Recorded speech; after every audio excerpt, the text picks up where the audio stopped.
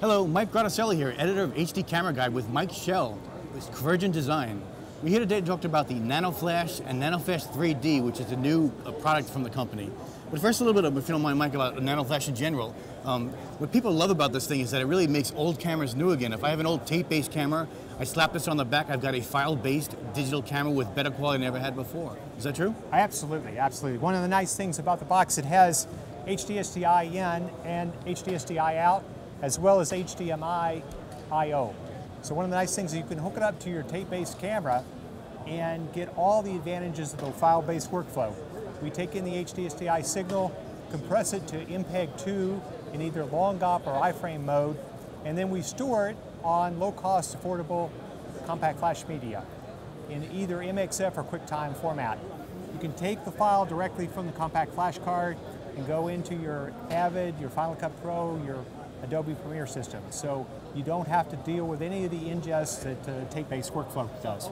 And you mentioned compact flash, and the neat thing about that is we're talking about solid state recording, so that way you can put it on things like they put it on jets, and so vibration, it avoids moisture, right? Absolutely. Environmental conditions. So we're talking about a really robust box that's really very inexpensive, but yet does a lot of things. Oh yeah, we've had the box in F-22 Raptor, wow, for example, pulling up to 15 Gs.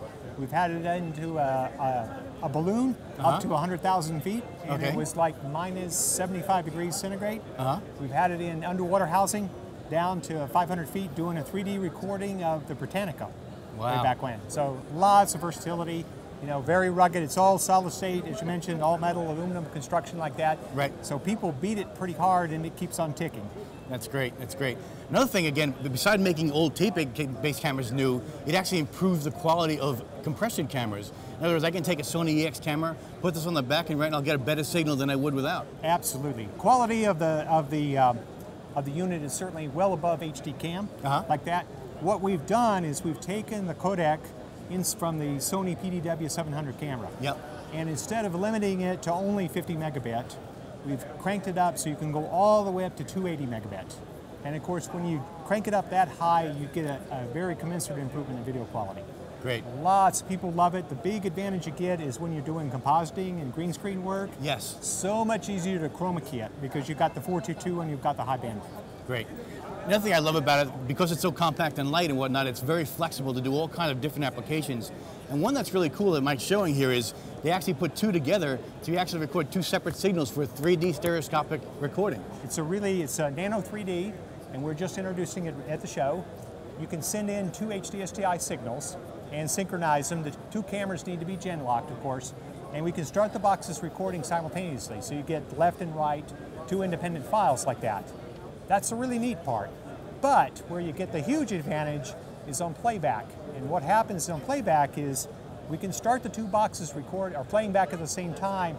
We pass the video from the bottom box to the top box via HDMI, and we actually combine the two of them together in the top box. Right. You can do top or bottom or left or right or line by line. Yep. And then we send that out to HDSDI so you can go to any kind of monitor, any kind of 3D monitor. You don't have to buy a combiner. That's great. Really convenient for people. So we're talking affordable 3D production here. Absolutely. Very cool. Absolutely. Very cool. Last thing, we get a lot of things about, there's been a lot of firmware upgrades to the actual nanobox itself. Right. And apparently those are all now shipping.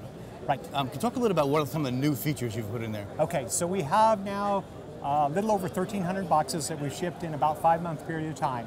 That's great. The last firmware we did, we added features like time lapse is in there now, over and under crank, so you can go 720p and you can record at 24 base timeline and crank it up to 48.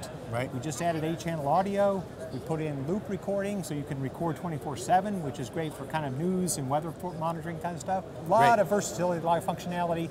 And again, MXF or QuickTime, so you can go to virtually any NLE program available. Right, so that it makes it applicable to a lot of different uses, a lot of applications, right? Exactly right. And we're finding broadcasters, independent production guys. Exactly. Who else do you think is using this thing? Cinematography guys using. So we have a number of full-length feature films. Really? That were shot on the NanoFlash and played back on the big screen like that to do it.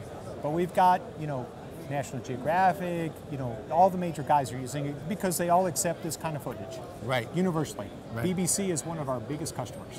Excellent, excellent. So Going forward, is there a lot more for the box? I mean, a lot more potential for different things? Oh, yeah. What can we expect in the future, in other words? I think you'll see more enhancements to we're adding more recording options. We're adding hot swap, so you can be able to record continuously on the cards and pull them out and change them. Right. We're looking at redundant recording, so you can make 2 cards identical. Yep. And have one for the producer, one for the director, for example, like that to do it. Right. And then just more general functionality, like being able to set up the boxes on your computer and upload profiles. So you can pre-configure the boxes with profile settings like that. So more enhancements to usability. Right. So you can see this is a really popular box. As a matter of fact, it's so popular that apparently you guys are having trouble shipping. You have such demand. Is that true? We've never been able to put one on the shelf. That's since we started. I'm waiting to get one. Well, thank you very much, Mike. I appreciate it. Thank you very much. Enjoyed it.